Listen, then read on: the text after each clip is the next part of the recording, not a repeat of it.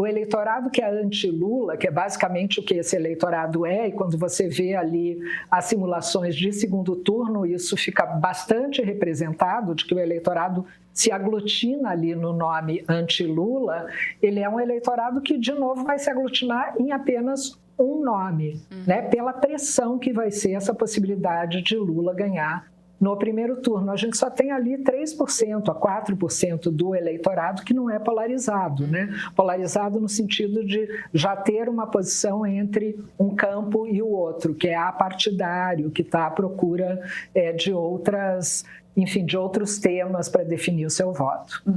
Eu queria pegar essa tua explicação inicial e também já convidar a Dora para entrar na conversa, e Débora também, a partir do momento que você queira também fazer alguma intervenção, mas para fazer uma provocação também a respeito do... Você colocou muito bem que as pessoas estão começando, na verdade nem começando muito ainda a se engajar, mas talvez já esteja começando a chegar aos ouvidos das pessoas. Ah, é mesmo, esse ano tem eleição, né? Oi, né?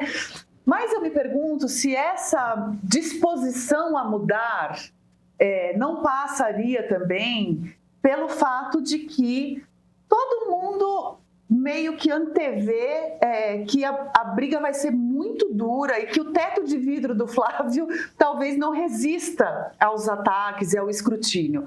Então, eu fico me imaginando um cenário hipotético de uma pessoa que fala assim, não, eu vou votar no Flávio, mas você ainda pode mudar? Aí a pessoa pensa, talvez eu possa mudar mesmo, né? Não sei o que pode aparecer ainda. Posso adicionar só uma frase? É uma coisa que eu lendo os números e ouvindo você, fiquei perguntando, será que tem uma parte do eleitorado, talvez maior que esses 4%, que não está à espera de um milagre? De uma candidatura que outra surja...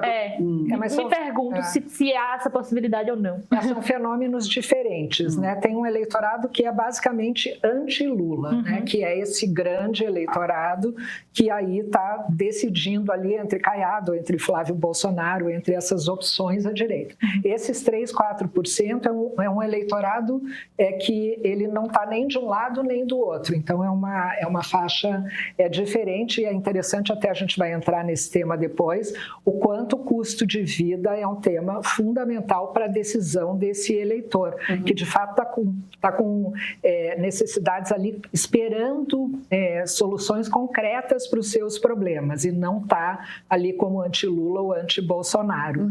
Os dois nomes, Lula e Bolsonaro, eles trazem muita rejeição, né? Muita rejeição. Quando a gente vai ver aqui, a gente talvez mostre os quadros de rejeição, a gente vai ver que é uma batalha de rejeições. Eu voto num para o outro não ser eleito, né? Essa é a decisão de voto. E é nesse sentido a dificuldade de um Ronaldo Caiado para se colocar como opção, né? Eu acho que o Ronaldo Caiado, embora ele ocupe muito esse campo da direita, assim como Flávio, talvez até mais à direita em algumas características, eu vejo que Caiado pode sim furar um pouco essa discussão ao se apresentar como médico, por exemplo, né? Eu acabei de dizer ali que os eleitores de Bolsonaro, tenho dito isso sempre, né? Os eleitores de Bolsonaro o abandonaram muito por conta da administração da pandemia, que foi desastrosa.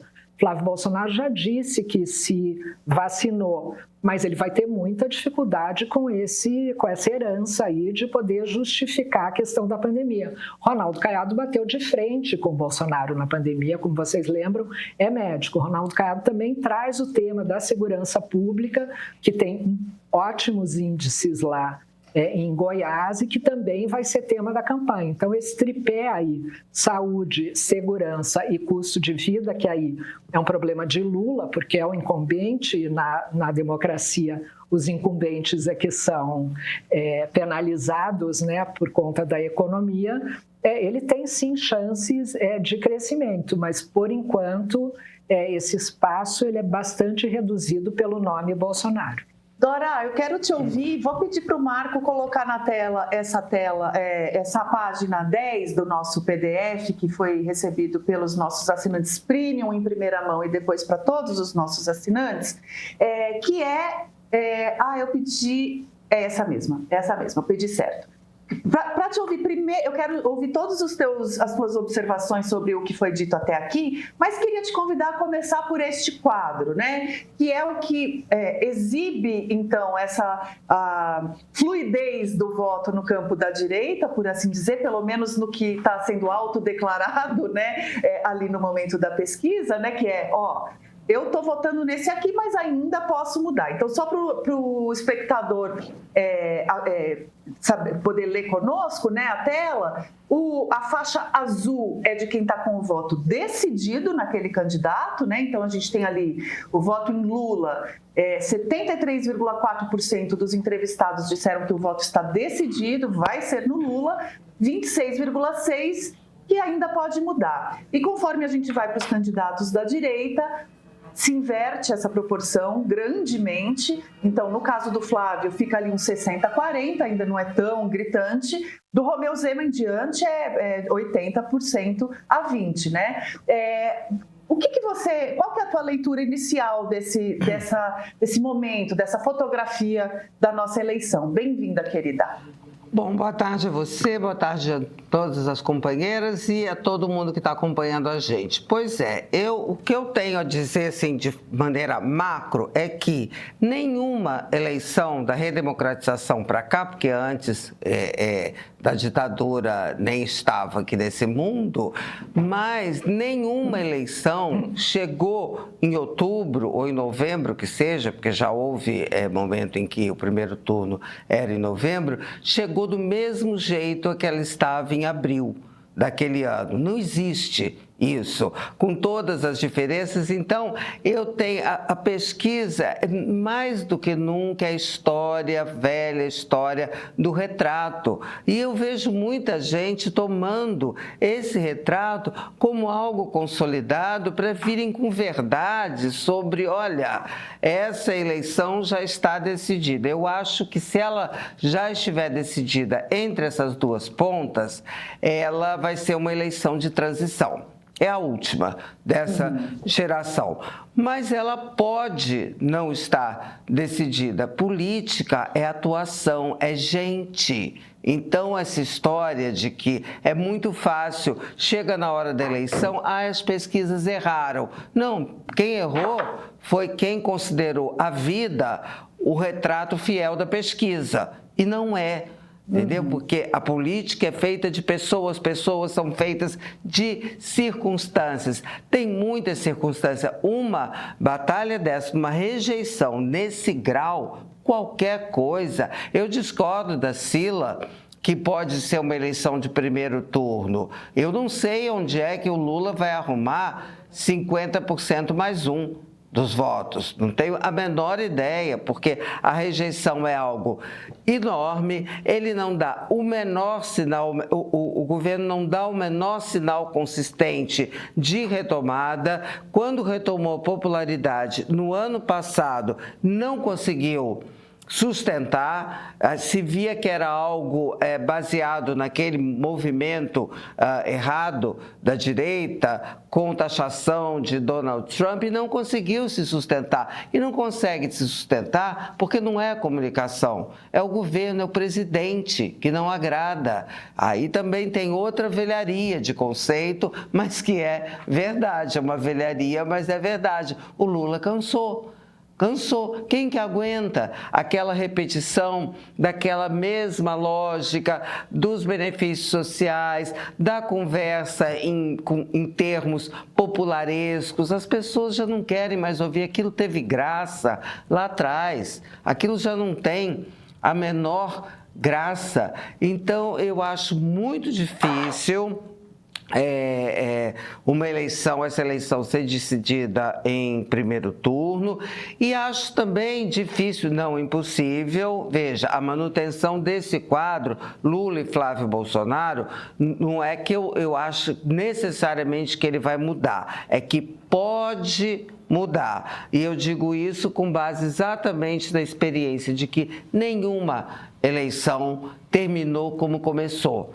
A campanha não começou, os nomes mais conhecidos são de Flávio na verdade não é nem do Flávio, é o Bolsonaro, é o sobrenome que é mais conhecido. A gente sabe se ele sustenta o impulso de ser um candidato à presidência da República, eu não sei se ele não sustenta. Uma pessoa que não aguentou a ansiedade num debate da Prefeitura de São Paulo, a Prefeitura de São Paulo, que foi do Rio, não sei, não lembro mais. Não, enfim, do Rio. Do Rio, Do né? Rio. Pois é, ele não aguentou, desmaiou de ansiedade. Eu não sei se essa pessoa aguenta um debate. Agora, eu também não sei se o Lula vai aos debates. Eu sei que o Caiado e o Renan Santos vai. Esse Renan Santos correndo por fora, com essa, ele alia o conservadorismo com o antissistema, e ele não é um Pablo Marçal.